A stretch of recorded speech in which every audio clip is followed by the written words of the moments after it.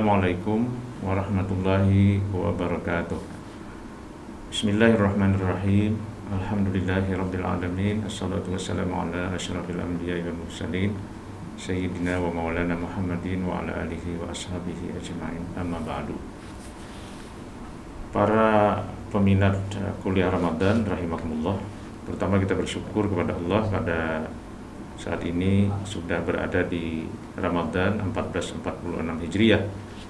Tidak terasa rasanya baru kemarin kita berRamadan di tahun 445. Tentu saja ibadah yang diwajibkan oleh Allah Subhanahu wa taala kepada setiap orang beriman memiliki tujuan-tujuan yang sangat dalam, seperti salat untuk meningkatkan kesadaran kita bersama Allah, seperti ibadah haji yang mengajarkan kesadaran hidup bersama dengan sesama manusia dari seluruh dunia. Maka demikian pula dengan ibadah Ramadan. Ramadan memiliki tujuan yang sangat holistik, yang sangat menyeluruh bagi kehidupan umat manusia. Misalnya dari aspek kesehatan, puasa sangat jelas manfaatnya. Pada saat kita berpuasa, sistem metabolisme kita terus bekerja. Kemudian makanan yang kita santap di sahur sudah habis dicerna oleh tubuh kita. Maka kemudian tubuh kita akan mengambil cadangan-cadangan energi dari lemak yang ada di dalam tubuh kita. Dan ternyata sebagian dari lemak yang tersimpan dalam tubuh itu adalah racun. Maka oleh karena itu orang yang berpuasa sebenarnya dia telah atau sedang melakukan detoksifikasi atau penggelunturan racun dalam dirinya.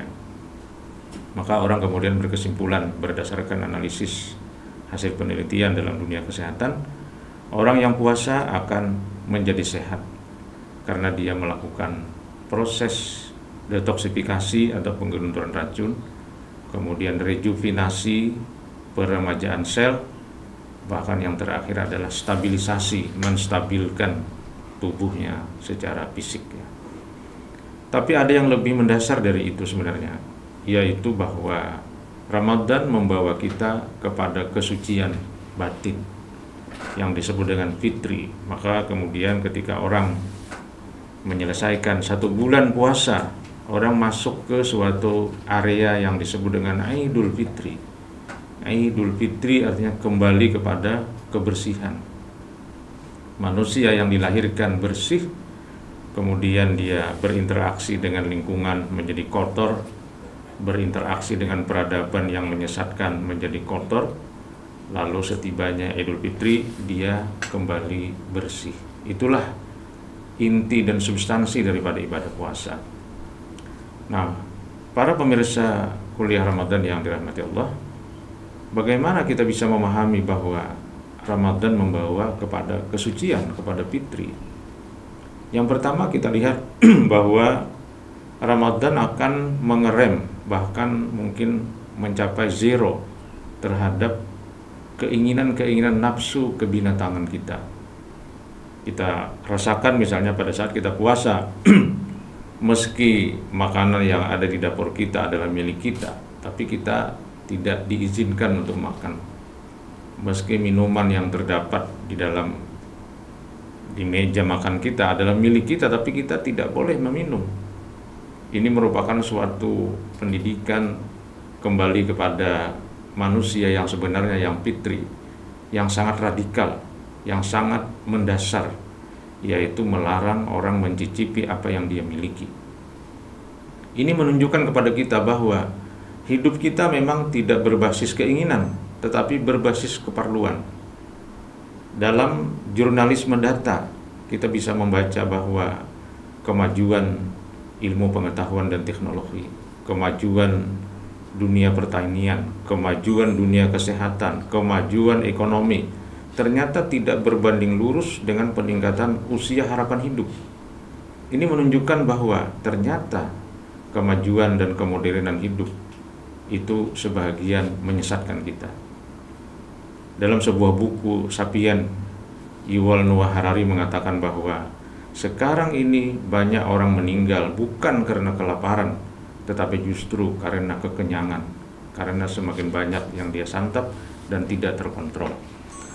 Nah, ini menunjukkan bahwa ternyata puasa membawa kepada pendidikan batin kita, kesucian batin kita. Kita ingin menjadi makhluk yang lebih akrab dengan Tuhan, Tuhan yang Maha Rahman dan Maha Rahim.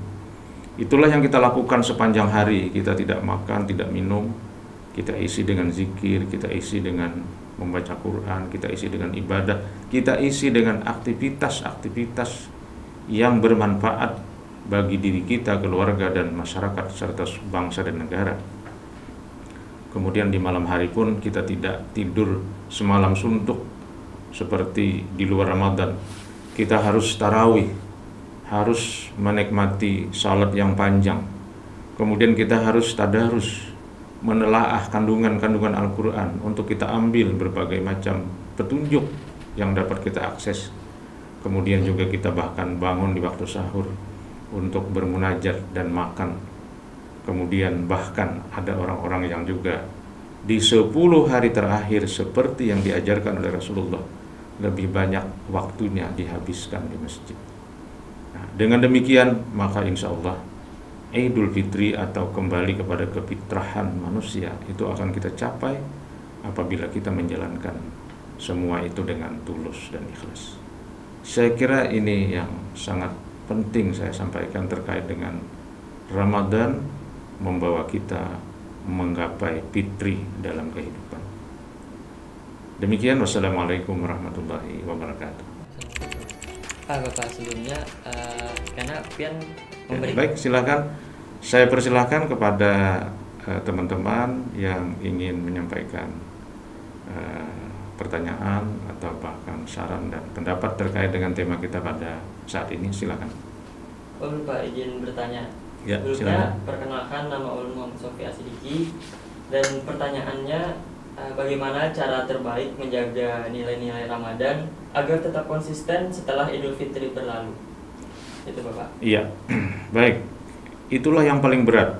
Oleh karena itulah istiqamah atau konsistensi mengamalkan nilai-nilai Ramadan di luar Ramadan nanti akan kita perhatikan beberapa hal. Yang pertama, kita harus tetap rajin untuk melaksanakan puasa sunnah.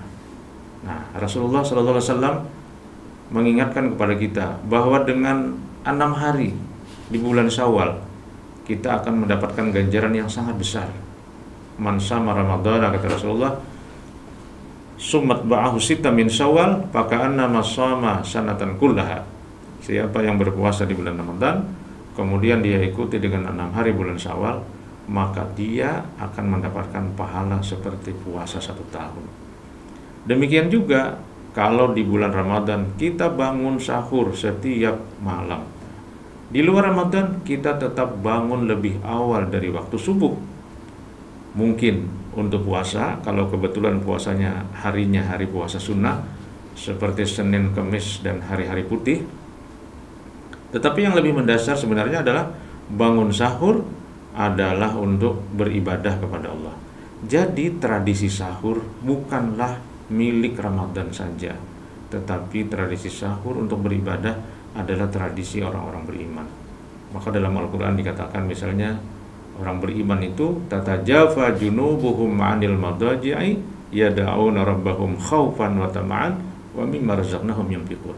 Dalam surah Alif Lam Tanzil, bahwa orang beriman itu lambungnya renggang dari tempat tidurnya. Maksudnya dia bangun di waktu sahur.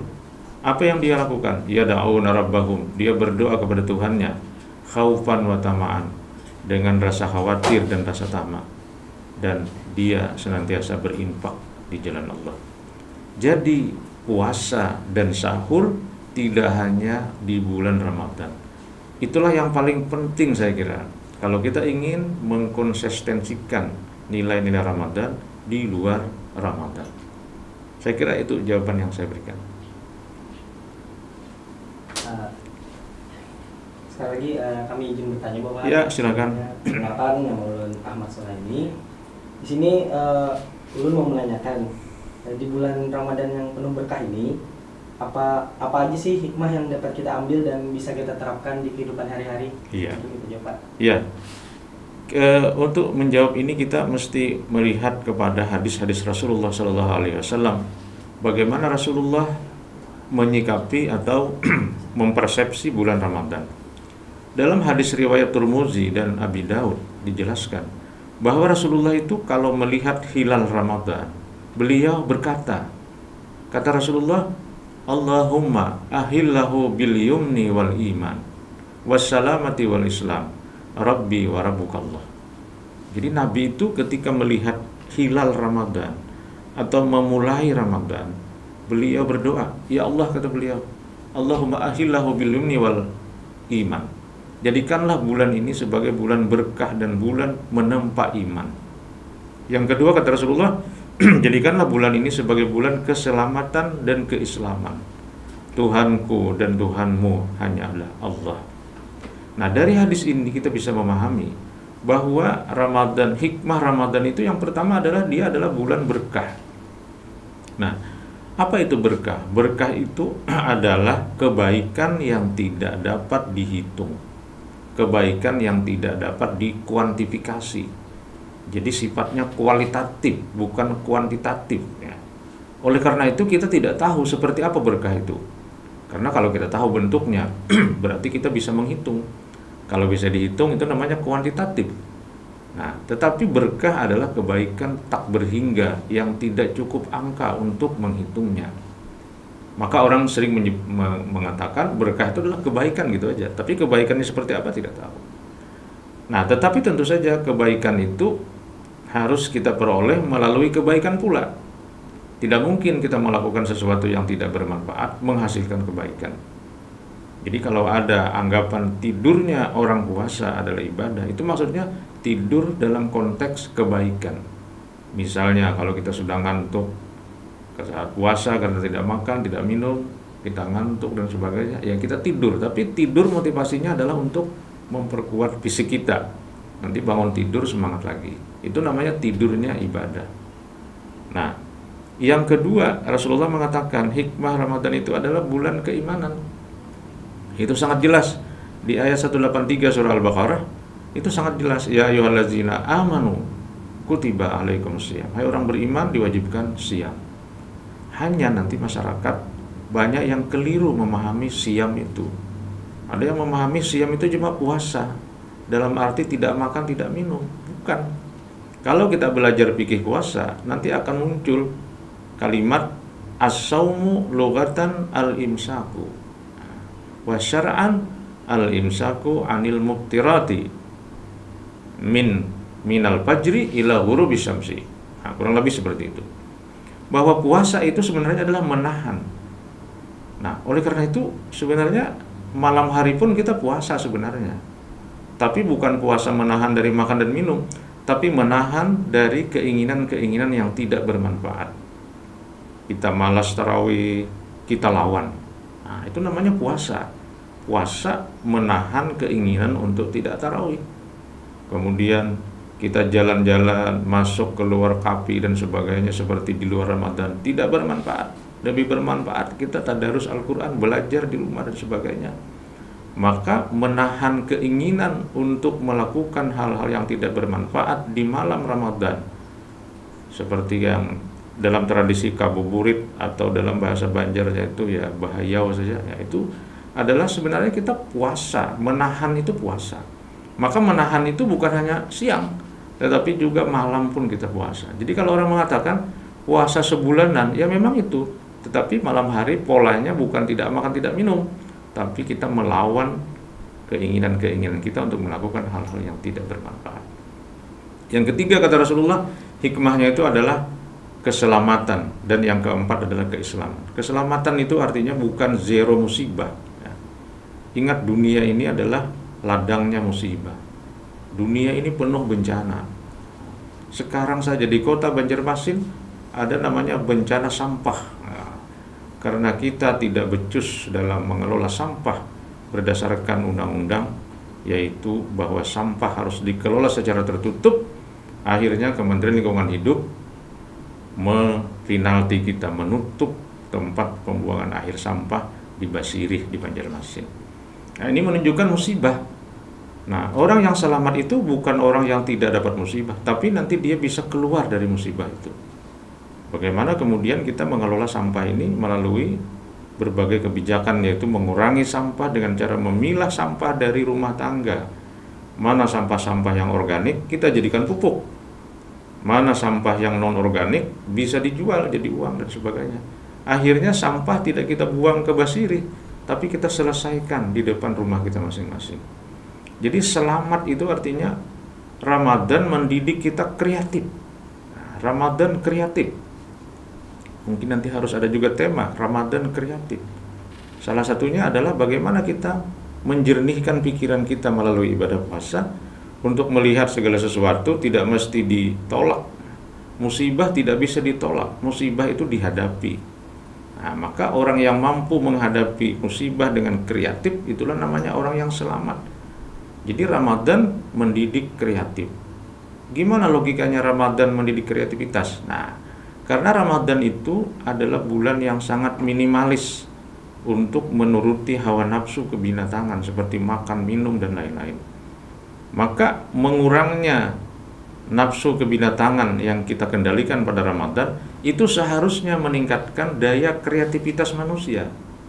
Maka akan lahir kreativitas manusia di bulan Ramadan karena dia tidak lagi berpikir makan dan minum pada siang hari terutama.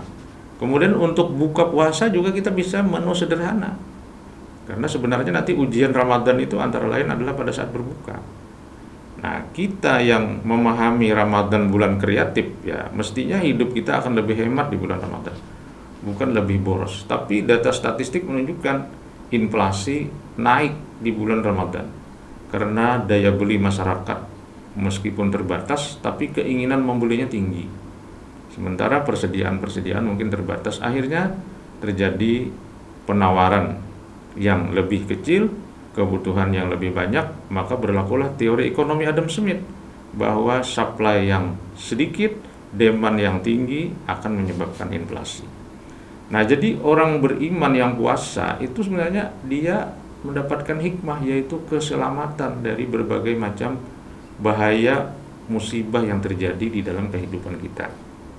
Nah, yang terakhir kata Rasulullah, Ramadan itu adalah bulan Islam. Islam itu bukan rukun Islam. Islam itu artinya kepasrahan kepada Tuhan. Ingat bahwa kepasrahan kepada Tuhan itu adalah kunci kebahagiaan kita.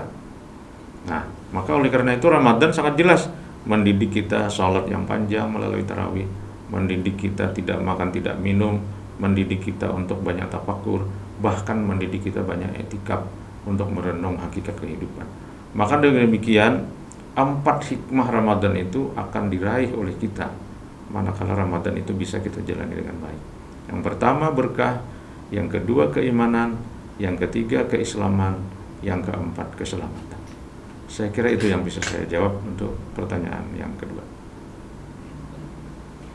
Mohon izin bertanya Bapak. Ya, silakan. Sebelumnya perkenalkan, nama saya Dina Maulida.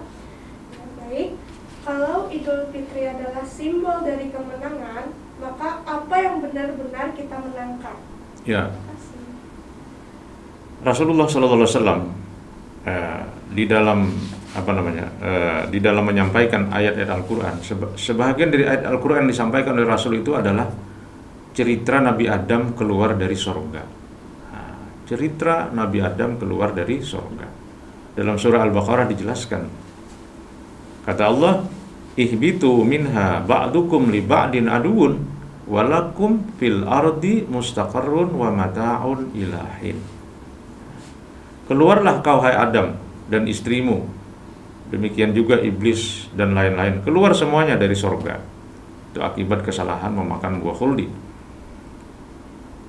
Kalian, kata Allah, sebahagian kalian dengan sebahagian yang lain akan bermusuhan. Jadi akan bermusuhan, adun. Tetapi kalian akan menetap di bumi dan menikmati berbagai fasilitas di bumi itu sampai waktu yang ditentukan. Walakum fil ardi mustaqarrun wa mata'un ilahin. Nah, dari sini kita bisa memahami bahwa memang hidup kita ini sebahagian adalah kompetisi. Nah, meskipun tidak satu-satunya kompetisi itu sebenarnya yang harus kita lakukan, karena dalam hidup juga ada kolaborasi. Kompetisi tentu saja kita melawan hal-hal yang zalim. Jadi kita melawan kezaliman, melawan berbagai kemunkaran. Nah, tetapi di dalam hal kebaikan kita tidak berkompetisi, kita berkolaborasi. Karena kebaikan itu tidak dikompetisikan, kebaikan itu dikolaborasikan. Dalam bahasa Al-Qur'an di surah Al-Hujurat namanya lita'arafu. Lita'arafu itu artinya untuk saling memberikan yang ma'ruf. Kita sering memahami hanya untuk saling mengenal, bukan. Untuk saling memberikan yang ma'ruf. Tentu dengan memberikan yang ma'ruf kita menjadi dikenal. Nah, jadi apa sebenarnya yang harus kita menangkan itu? Yang kita menangkan adalah menghilangkan, melawan berbagai kemunkaran dan kezaliman. Dan harus kita ingat, kemunkaran, kezaliman itu bersumber dari diri manusia sendiri. Jadi kalau orang mengatakan setiap manusia memiliki musuh dalam selimut, bukan dalam selimut. Setiap manusia, kata Rasulullah, memiliki musuh dalam dirinya. Inna syaitana, kata Rasulullah, yajri lil insan majrad dam. Sesungguhnya di dalam setiap diri manusia ada setan yang mengalir seperti mengalirnya darah. Maka para sahabat bertanya, apakah dalam tubuh sampeyan ya Rasul juga ada setan? Ada juga, kata Nabi. Tetapi saya ditolong oleh Allah sehingga setan itu dapat saya kurung di dalam sudut-sudut di dalam tubuh saya, sehingga dia tidak bisa bergerak. Nah, maka kita ingat hadis Rasulullah yang lain. Kata Rasulullah, kalau datang bulan Ramadan, dibuka pintu surga, ditutup pintu neraka, diikat setan. Itu maksudnya adalah bagi orang yang melaksanakan ibadah puasa dengan baik dan benar, siangnya puasa, malamnya diisi dengan ibadah tarawih dan lain-lain, maka setan yang ada dalam dirinya itu terikat, seperti terikatnya setan dalam diri Rasulullah SAW. Tetapi kalau Ramadan itu tidak diisi dengan kebaikan-kebaikan, maka tentu setan itu semakin ganas dan semakin memorak-porandakan keimanan kita. Jadi sebenarnya yang kita menangkan itu adalah pertarungan dengan diri sendiri, bukan pertarungan dengan orang lain. Nah, tetapi pertarungan dengan diri sendiri itulah sebenarnya yang paling rumit dan paling susah, karena tidak ada orang lain yang bisa membantu. Siapa yang bisa membantu kita untuk melawan setan yang ada dalam tubuh kita? Tidak ada, kecuali diri kita masing-masing. Nah, oleh karena itu Idul Fitri itu akan diraih oleh orang yang benar-benar mampu berjuang mengalahkan musuh dalam dirinya, yaitu setan, melalui ibadah-ibadah Ramadan yang kita laksanakan dengan baik. Saya kira itu yang bisa saya jelaskan. Jadi setiap Ramadan datang kita bersukaria, bersukacita ya. Nah, dan itulah yang dikatakan juga di dalam suatu riwayat, siapa yang gembira dengan Ramadan, maka Allah akan mengharamkan jasadnya dari api neraka. Itu menunjukkan bahwa pertama-tama kita harus gembira ya. Kegembiraan kita karena Allah memberikan bonus pahala yang sangat besar. Yang kedua, yang paling penting juga Ramadan adalah mendidik kita, memproses kita sehingga kita menjadi lebih baik kalau kita melaksanakan Ramadan dengan benar. Selamat melaksanakan ibadah puasa dan mudah-mudahan kita memiliki kekuatan untuk melaksanakannya sebulan penuh dan nanti akan keluar dari Ramadan menjadi orang yang bersih, menjadi orang yang suci, menjadi orang yang lebih baik. Amin ya rabbal alamin. Assalamualaikum warahmatullahi wabarakatuh. Waalaikumsalam warahmatullahi wabarakatuh.